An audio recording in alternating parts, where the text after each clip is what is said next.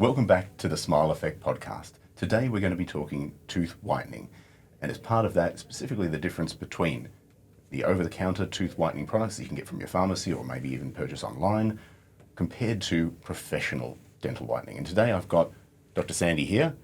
Welcome, Sandie. Thank you. It's really nice to be here.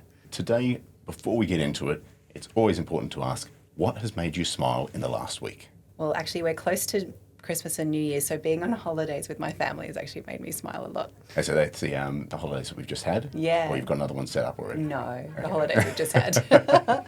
Lots of sun and water and, yeah, good times. Yes, fantastic. Importantly, when we're talking about the difference between over-the-counter whitening versus what you can get with a dental professional, when a patient comes to you looking for whitening, what sort of things go through your mind? What are you considering when you're talking them through whitening options? Each patient comes in with their own unique presentation, so they might have different characteristics about their teeth that may prevent them from having effective whitening. Some of the patients might have other factors that might mean that it will be very successful. So we sort of have a look after an assessment and work out what is the right sort of treatment option for that patient. And if someone's been using sort of at-home over-the-counter products, what is the difference between that versus what they get in a dental chair? Yeah, so the take-home products or the over-the-counter products tend to be a lower concentration. Just legally, they have to be quite a low concentration compared to the dentist-provided products. And so that just means that often it's not always ineffective, but it just takes a long time to get the same result just due to the lower concentration.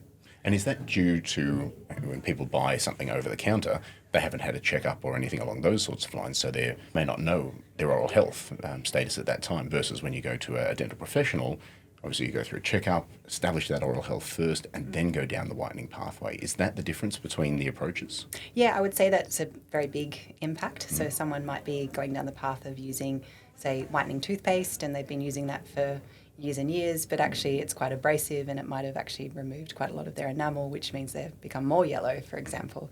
Whereas if they'd maybe gone initially, asked what sort of options were available, they might have been advised that that wasn't an appropriate option for them. Yeah. And so you spoke about whitening toothpaste being abrasive. Why is that? So generally, whitening toothpaste were traditionally there to get rid of what we call extrinsic stains or stains that are on top of the teeth. And in order to do that, it often has to be quite an abrasive product. So if someone's a smoker, for instance, that would work really well, or if they drank a lot of tea and had tannin stuck to their teeth, that would work well.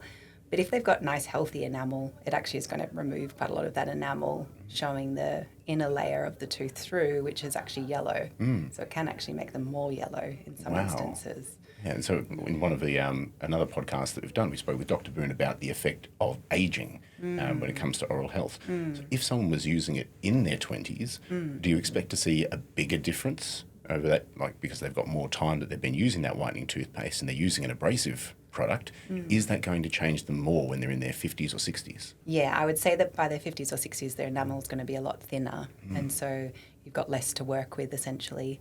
So even normal whitening might be not as effective because they've got less enamel. The whitening affects the enamel.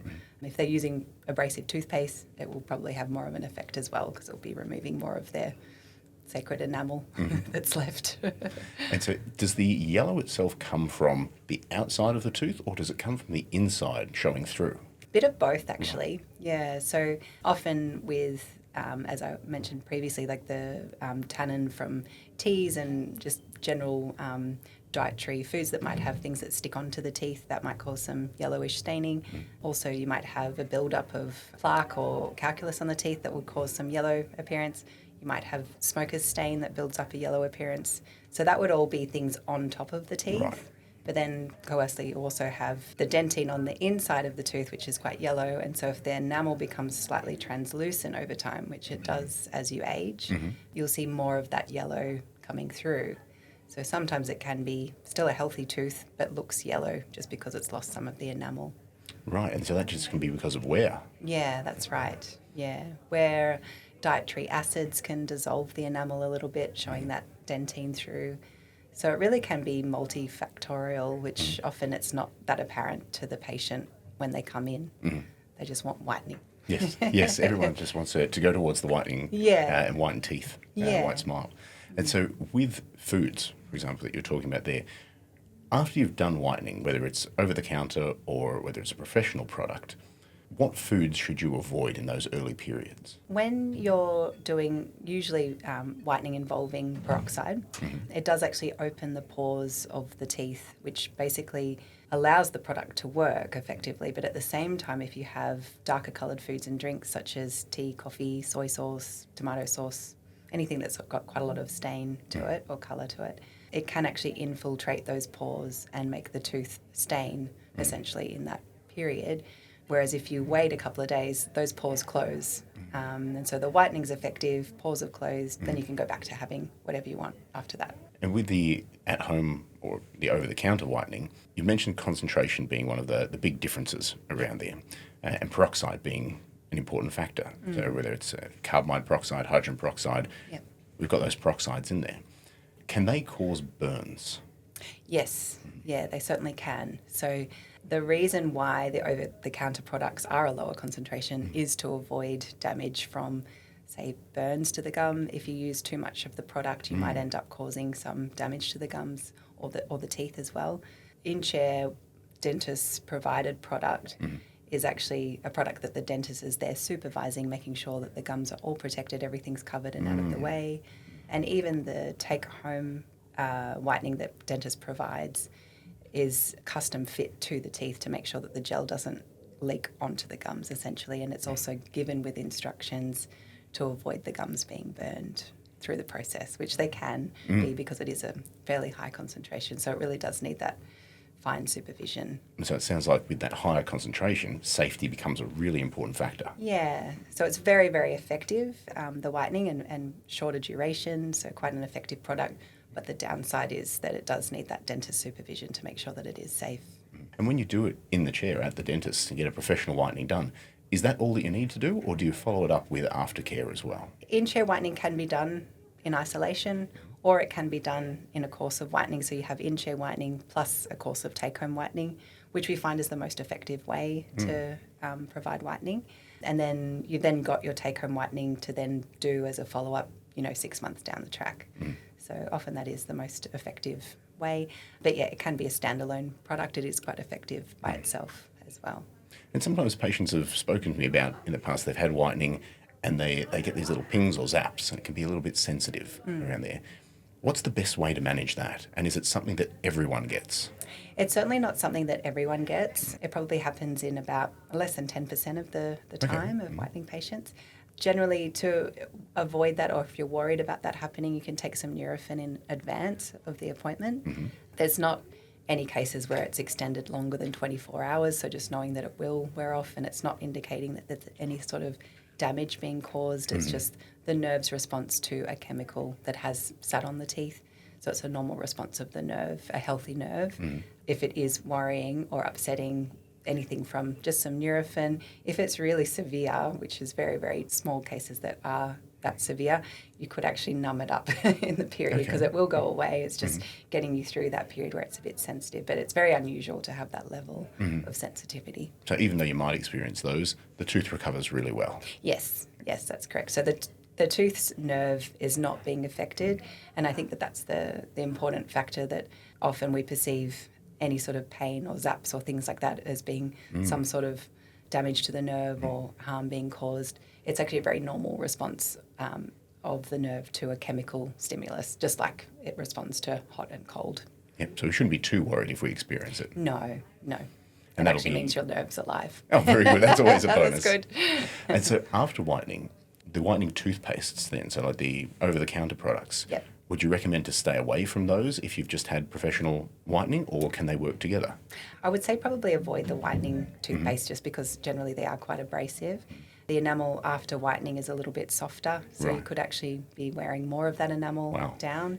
So I think probably avoiding it would be the way to go just in life. Is there anything that sort of, if a patient comes to you and says, I want to do whitening, is there anything that would stop you from saying, yes, this is a suitable treatment option for you? Yes, so we often have people that are, all sorts of different people, but when they come in and they've got very thin enamel, it's very unlikely to be effective and therefore might be a waste of money compared to covering over the tooth in some circumstances and protecting that tooth structure that's been lost essentially over time. So in some cases it's worthwhile just talking about other options rather than wasting time and money on something that's going to be ineffective. Yeah, so you've got to have that patient first idea in mind. Yeah, that's right. And so from over-the-counter products, we also see like tooth whitening strips or gels. How do they compare to the professional products? The tooth whitening strips and gels, so they're generally just a very low concentration. So I think if you use them repeatedly over a long period of time, they might be effective at changing the colour of the teeth.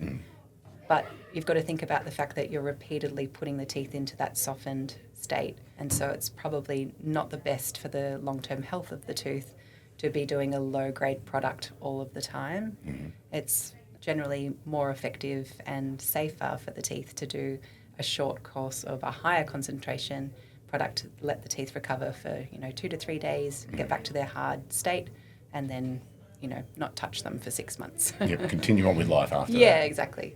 Yeah. And so whitening products that you use in the dental chair, very strong concentrations, and there you'd look at protecting the gums and protecting all the other structures around there as well. Yeah. Is there any risk to the tooth underneath? So if it was provided repeatedly over a long period of time or continuous session, so we usually do 4 sessions between 8 to 15 minutes a session, and then take it off and put another lot on.